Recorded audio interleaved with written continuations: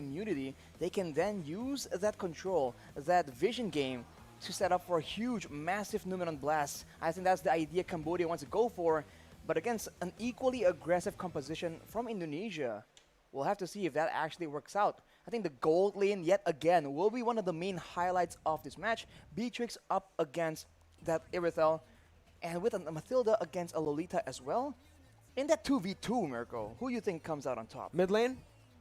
No, the gold lane. The gold lane duo. Let's say the duo, duo showdown actually comes through. Well, for the Irithel in this matchup up against the Beatrix, honestly, it comes down to, again, I do feel like it's a bit equal here in the gold lane, even in the duo gold lane here. But the Mathilda does have a bit more of an edge early on with the blooms, so that she can actually, help his gold laner win the trades. But ladies and gentlemen, we're gonna see if that actually happens here in game number 3. 1-1, the decider is here. Indonesia versus Cambodia for the grand finals of Iesf. Psychot's on the Masha though. This is quite interesting. We have to see how oppressive exactly can he get with it. But the jungle clear, as we can see, this Leomord is very deadly. And early on in the previous game, we saw that Cambodia was able to secure a kill just using the early base damage. And now Dreams is just trying to be an absolute nuisance, trying to make sure that Lutu takes a longer time clearing or even stealing it away. Yeah, but Lutu will still be able to clear it out. Has the Demon Slayer as well. You can see that the Leomord Taz is already invading the enemy jungle quite early on, trying to steal away some of the creeps here as Lutu has actually opted to go for the Lethal Wanderer. No mid control for Indonesia. This might be risky, but Taz gets out in time, getting a level lead on Lutu right now, and proceeds to go over to his own jungle to full clear. In the early game, it's never big moments for the most part, right? I think it comes down to the smaller exchanges, the small goal differences, and now they're just going aggressively, but ooh, very scary because Dreams was in the wings. And again, it's just a very balanced contest of wave clear and ganking potential, and neither team has had a lead just yet. Both teams are still playing it a bit passively, right? Both roamers are rotating across the map as well. Not much action on the map in the first minute. Very different from the last game where we saw action instantly, almost right as the game started for both Cambodia and Indonesia. But knowing the stakes right now for game 3, knowing that one of them are going to lower brackets later on to face either Philippines or Malaysia, they're gonna have to play a little bit safer here. Turtle gonna be started up. T looking for that opening right now as Lutu is there. That's going to be the Shadow Steed, Phantom Steed. And he brings him back. Lutu losing out of the Retribution battle will still be able to survive. That's a Petrify onto Dreams with a Furious Dive as well to pick up first blood. The Turtle for the kill traded in. And this is where I have to ask you, Arashi, who takes that? Who got the better trade? I think for now, especially since in the mid lane there's a bit more aggression, Cambodia definitely has a bit of an edge. They get the shielding from the Turtle and they go aggressively yet again. Indonesia now needs to be very, very careful. They have tools to protect their carries, but if they let Cambodia gain too much momentum, that is a very dangerous mid-game that they are looking at right now. Especially, as we mentioned, if the Lolita can set up, if T can make those plays happen, that is definitely something that Indonesia wants to avoid in order for them to be able to shut down OP in this bottom side. Brands was taken out, so now it really leans in favor of the Cambodians. Well, Deja's going to be caught as well, though, in the real world manipulation. Instantly taken down as well with the damage coming in from Taz on that Phantom Steed. It's 1-2 on the scoreboard. Again, that neutral objective did go to the hands of Indonesia as they're looking to use this Phantom Steed towards that top side. Taz has to be careful. Will be able to steal it for a bit, but just decides to back off. Again, both teams, knowing the stakes, will choose to play it a bit more passively here in the third game. Indonesia has not been having a lot of time to shut down OP. They're moving right now, but you can see that the pressure game is much, much different. Cambodia is actually matching Indonesia in the wave clear department, and that means that Indonesia cannot outmaneuver, at least not as much, the members of the Cambodian side, at least for now. With some items coming in, maybe the difference in skills will actually make that a possibility. So far, 4 minutes in, again, not much action on the map. It comes down to, the slow games come down to those little wins, Arashi, like you mentioned, to set up for that mid stage, because every little win is going to be building up constantly for both of these teams. And I think both of the teams have been doing a pretty stellar job. Cambodia with more wave control, though, in that gold lane.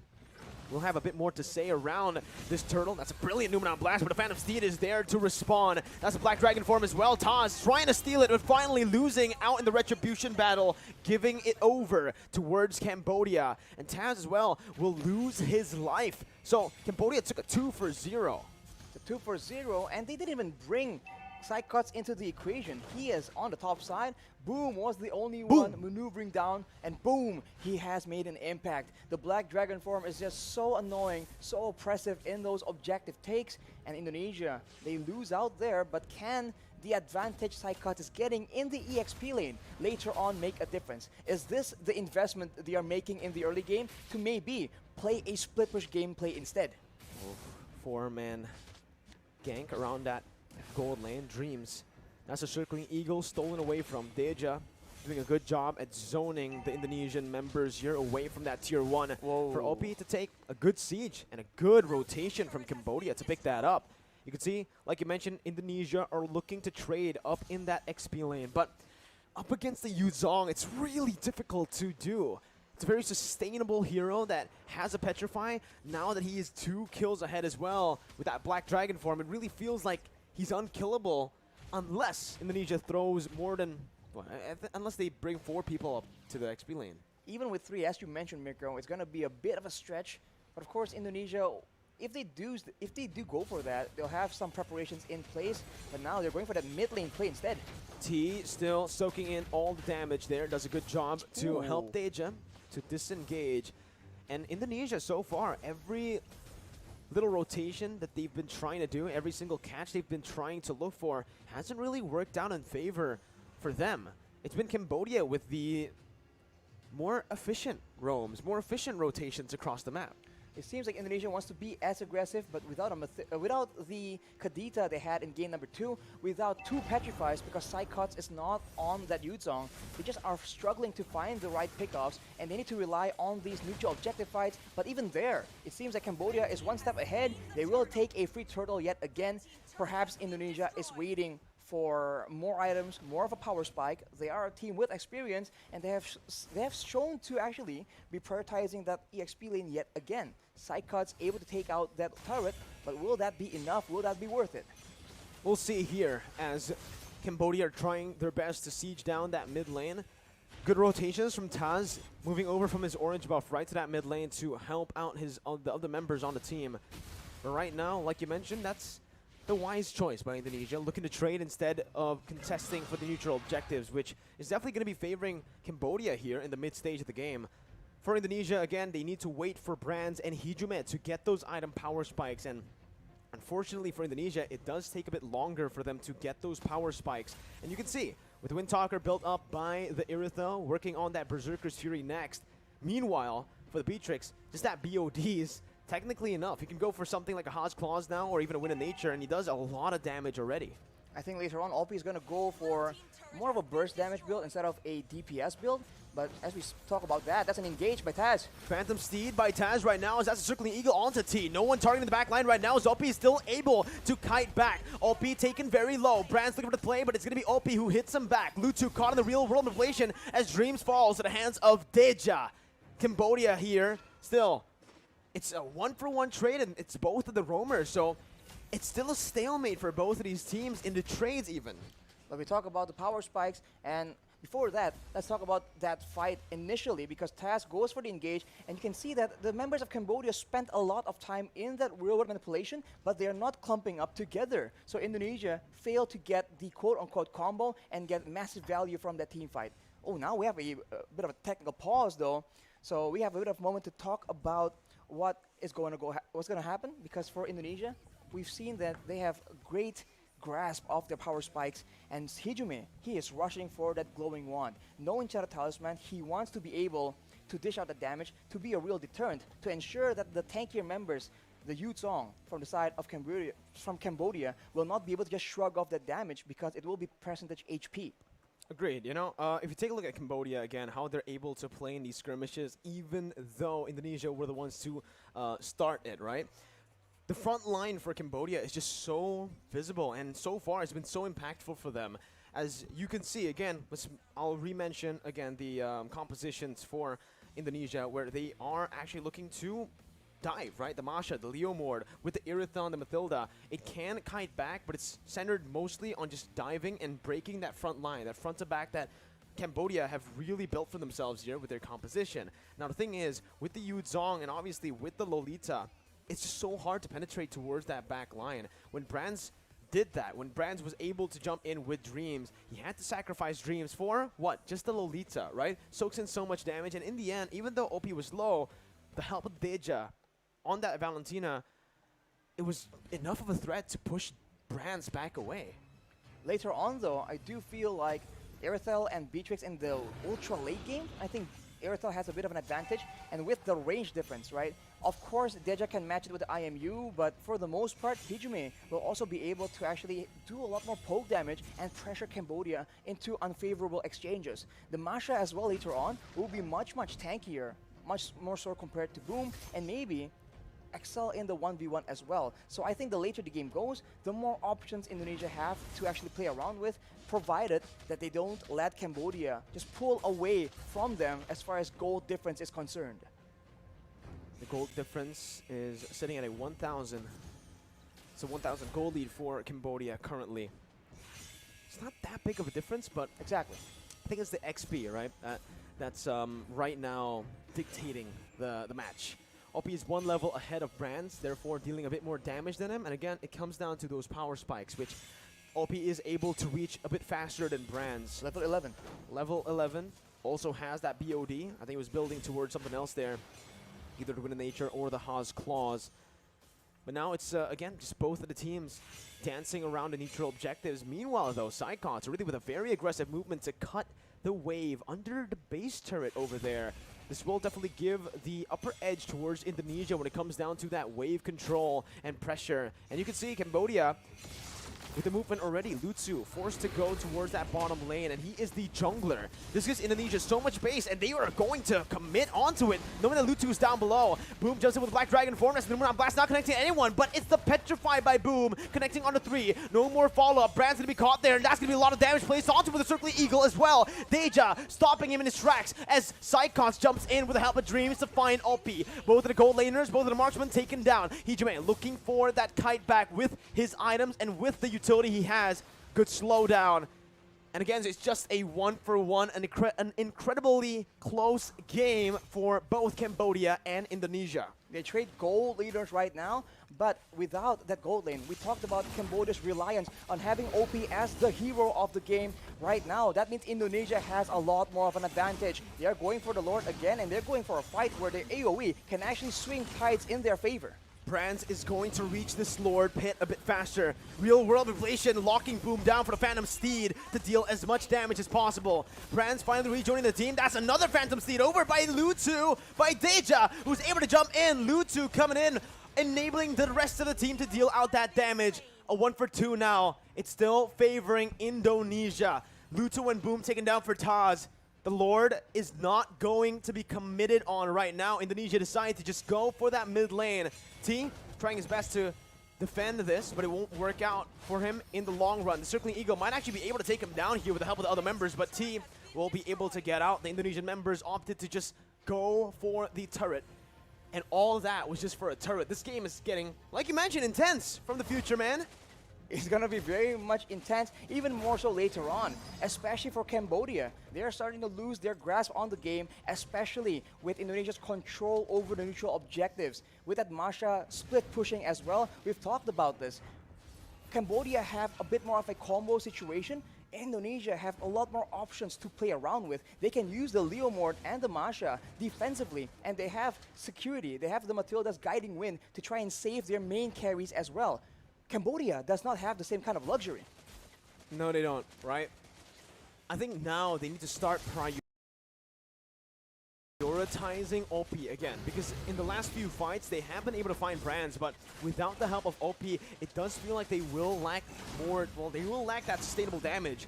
Boom with the Black Dragon form, circling Eagle by Dreams. A bit too aggressive there, but the Luminal Blast now is going to be chained in, channeled in. Deja jumping on Hijume, who's still able to kite away, but not for long as he gets taken down by Boom. Brands with Limited Nature, dealing a lot of damage and sustaining back up again, as that's so much on that back line. Taz is hunting, sniffing out, and he gets it onto OP. A brilliant read by Taz to find that double and to get Indonesia a 3-for-2 trade. It's a very close game, man. Indonesia are winning these skirmishes, but only by about 1 kill each fight. But they keep repeating the same thing again and again. They have no urgency to take this Lord. They keep using it to bait the members of Cambodia into fights that they don't really want, that they can't really take. And it has been working so far, and eventually now they can get a free Lord, completely uncontested. And this is the beginning of the comeback for Indonesia, if they are able to maintain that discipline. Discipline is the name of the game, and on that note, we will take a bit of a break because there is a technical pause. I think it comes down to the team fight execution, Arashi, there. You can see that for Indonesia, like we mentioned earlier on, the problem that they had to face was that front line not breaking. Yep. The Martis, the Valentina even acting as a frontliner with the help of, obviously, the Yuzong. But in that fight there, they were able to split these members across different positions, and with their composition, it works. You know, this is what their composition was made for, to dive and to isolate the members, taking them down one by one simultaneously. I think that is where Irithel excels as well, because you can be a lot more mobile and you're not really as vulnerable as all the other gold laners. In that fight though, Hijume was dangerously close to getting picked off. He was using his real world manipulation right on the tip of the Numenon Blast range. He flickered out of danger there, but that could have easily gone south for the Indonesians. And this just shows again how close the games need to be. All these players, they're not making mistakes. They are forced into those tough choices because the game is that close. Despite the best efforts and the tools available for both teams, any kind of win per se is only by such a slight margin. We have still no idea where this game is going to go. It's crazy to see how both teams are playing right now, out of their minds. And after every skirmish, it's usually just either equal trades or one advantage in the trades for one of the teams, right? We saw a 2-for-1 for Indonesia. We also saw a 2-for-1 for Cambodia. Then, obviously, a lot of 2-for-2s, 1-for-1s here and there, back and forth with the trades for the turtle to the turrets. In the end, we are looking at Indonesia now with a pretty significant trade. They were able to get a 3-for-2. On top of that, the Lord as well. So, makes it a 4-for-2, as they are going to be able to finally push their lead, right? Because both teams so far, I think, have been just going back and forth with that gold lead. 1,000 over to Cambodia, 1,000 over Indonesia. Not really a sustainable gold lead for such a long time in this game. I think of 13 minutes of gameplay, and it's been back and forth completely up until this moment. And now it comes down to how Cambodia fights from behind.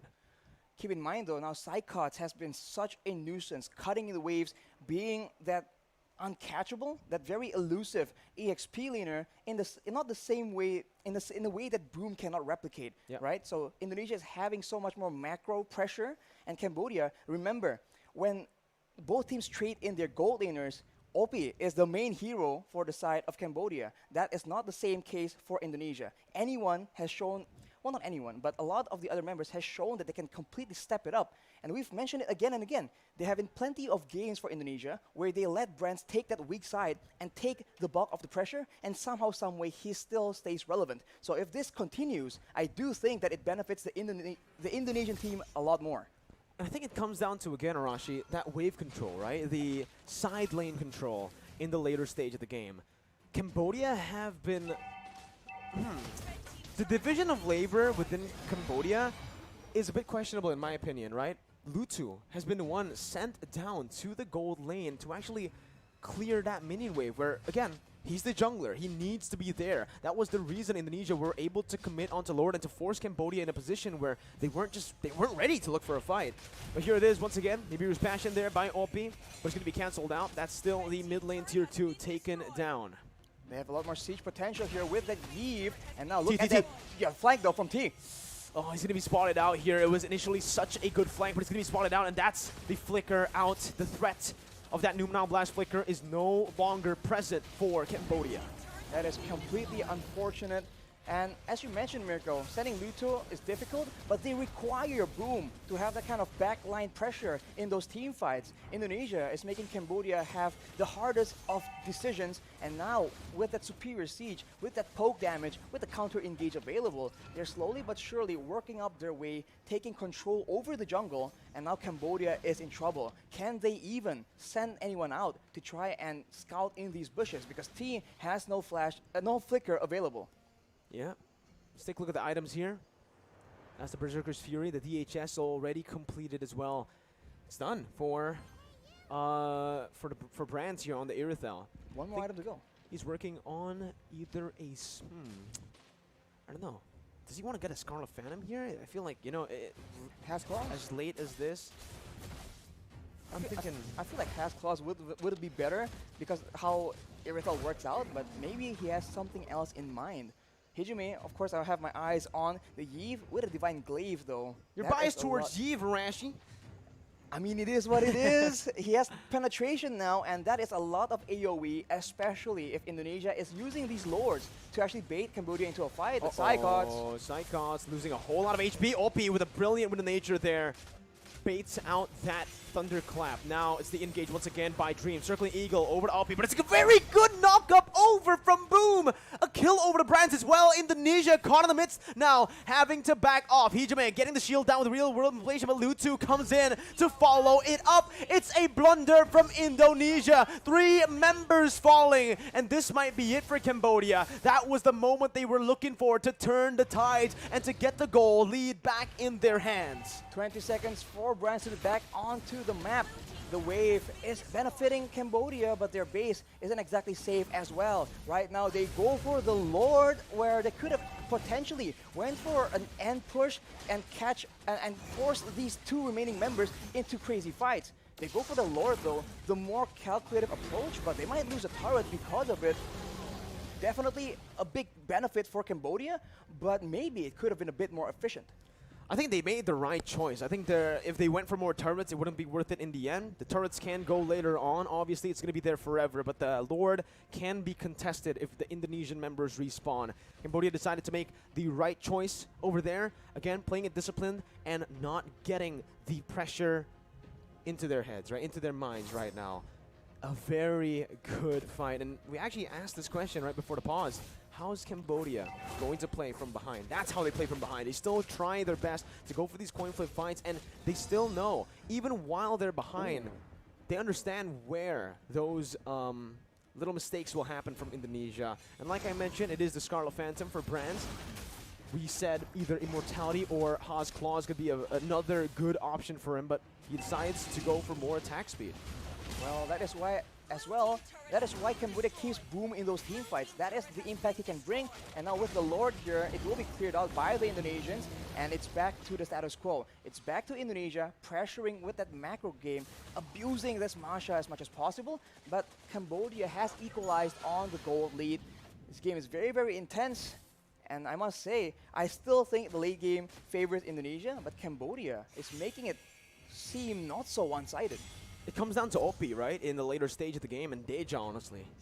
Yes. Honestly, it feels like it's every single member, because Boom was the key member to getting that fight over to the side of Cambodia. Now, OP and the rest of the members now looking for that bottom tier 2. Psychos looking for the flanks right now, but he's all alone. Caught in the midst of it all right now. As that's the advantage. Rage popped in. Psychos still going onto OP, who's still able to kite away. Real world inflation onto Deja, but he flickers out. Boom as well here, getting out to safety with a Furious Dive. Both teams disengaging. And it's an amazing team fight. Micro play shining for both Cambodia and Indonesia. Keep in mind, though, look at the battle spells. Everything has been exhausted by the Cambodian side, so there's a small window here where Indonesia can make a winning play. This is 19 minutes in the game for the most part, especially the main carries. Everyone is on a full inventory slot. Hijime has a Winter Truncheon, so watch for that being used to maybe bait out some abilities. But for OP, he has the Wind of Nature, so Psychots as well as Taz will have a more difficult time bursting him down. Brands included in that equation as well. It will be in the hands of Hijime to see if he can actually burst OP through that Wind of Nature. 19 minutes in now. Next Lord is going to be the Evolved Lord, and you can see Cambodia already maneuvering around that place, knowing that they have more pressure on the map currently, even with the disadvantage in turrets. With the top side continuously just pushing in towards Cambodia, they've been able to actually micromanage it to a point where it's always at a good position, right? Again, they're leaving it in that top side, having one minion pushing in as well. Well, Luto has the cursed helmet right now, but Taz has built a Blade of Despair. Brands has switched over to a Has Claws, as we mentioned, so he won't be easily or as easily bursted down in these fights. That is how the Irithel usually operates, but Cambodians are pressuring for the Lord. They might just commit to it. Psychons is looking for that split push here. This is the moment right now as Boom jumps in with the Black Dragon form. Going to be taken very low as Dreams does the same thing. Psychons on the base already right now, looking for that split push, looking for the back door. Boom going to be taken down. That's the Immortality popped in. Psychons still looking for the play as T is going to be losing his Immortality as well. Boom taken very low. Taz looking for the Phantom Steed, gets the kill. T as well, falling 2-4-0. Psychons manages to distract the other members as well, and Cambodia with the Lord won't be able to do much. It's a 2-0 for Indonesia, and with all the waves in that top lane, the bottom lane, and even in the mid lane pushing into Cambodia, it feels like Cambodia are the ones now at a disadvantageous position.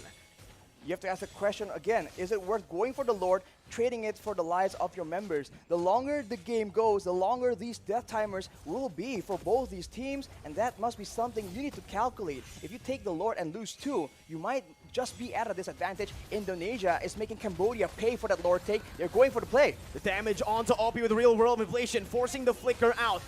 Lutu trying to cancel it out, but will lose his life in the process right now as everybody goes for the base, and it might just be it. Indonesia manages to come back, reverse sweeping Cambodia, and going to the grand finals of IESF. Indonesia got it done. My God. Cambodia made it so difficult. It was in such a difficult state.